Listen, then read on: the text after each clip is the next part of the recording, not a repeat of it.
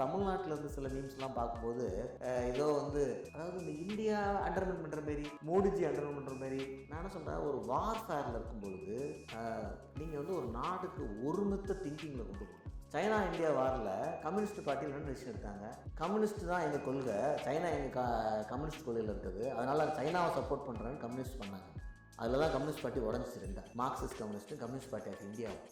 ஒரு கட்சி இந்த மாரி ஒரு தவறான கொள்கை சித்தாந்தத்தில் வாரு, லேண்டு பிரச்சனை, பார்டர் பிரச்சனை, 2 கண்ட்ரி கொள்கை, கட்சிக்கு நாட்டுக்குள்ளே எலெக்ஷன் தானே, இன்டர்நேஷ்னல் இது கொள்கையை கம்பேர் பண்ணுறீங்க. ஸோ அதுவும் இங்கே இருக்கிற சில ஒரு மதத்தை சார்ந்தவங்க வந்து நான் அந்த மதத்துக்காரங்க, ஏன்னா பாகிஸ்தான் நாடு முஸ்லீம் நாடு, அவங்க எல்லாமே இஸ்லாம்ங்கிற பேரில் பண்ணுறாங்க, வாரே அவங்க அப்படி தான் பேசிகிட்டு இருந்தாங்க. ஆனால் இங்கே இருக்கிற இஸ்லாமிய நண்பர்கள் நிறைய பேர் எனக்கு ரொம்ப மகிழ்ச்சி, இந்தியா என்னோட நாடு.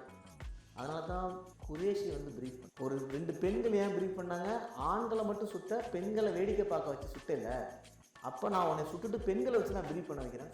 இதெல்லாம் தான் மெசேஜ்.